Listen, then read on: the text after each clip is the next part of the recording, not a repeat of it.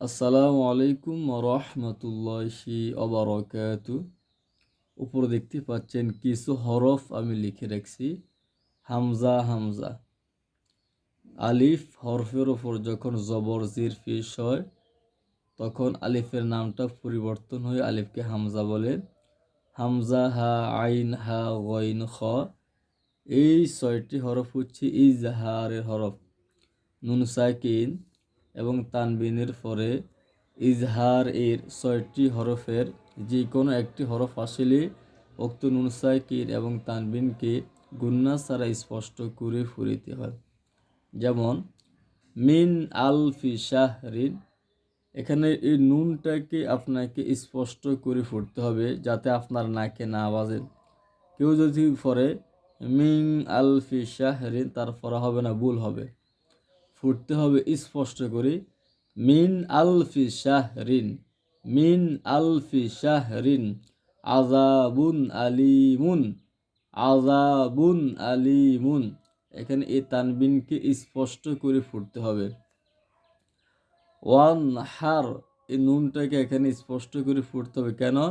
নুন সাকিনের পরে হা হরফটি এসেছে। আজিজুন হাকিমুন, আজিজুন হাকিমুন।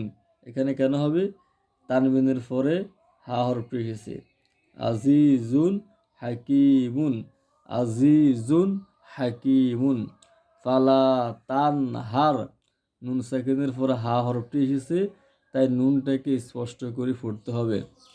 কুল্লা ইয়াউমিন হুয়া ফি শান, এই মিন দুই জবরের পরে দুই জিরের পরে হা হরফটি এসেছে, অর্থাৎ তানবিনের পরে হা এসেছে, আর হা হচ্ছে ইজহারের হরফ। এই কারণে এখানে মিন স্পষ্ট করে ফুটতে হবে।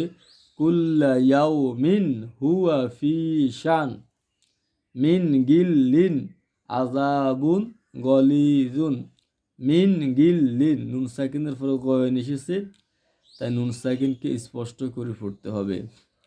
তানবিনের পরে গয়ন এসেছে, তাই তানবিনকে স্পষ্ট করে ফুটতে হবে। মিন খাউফ, নুন সাকিনের পরে খ হরফটি এসেছে, তাই নুন সাকিনকে স্পষ্ট করে ফুটতে হবে। ওয়ালি আনআমিকুম, এই নুনটাকে এখানে স্পষ্ট করে ফুটতে হবে, অর্থাৎ যাতে আপনার নাকে না বাজে। আশা করি সকলে বুঝতে পারছেন। এখানে আমি অনেকগুলো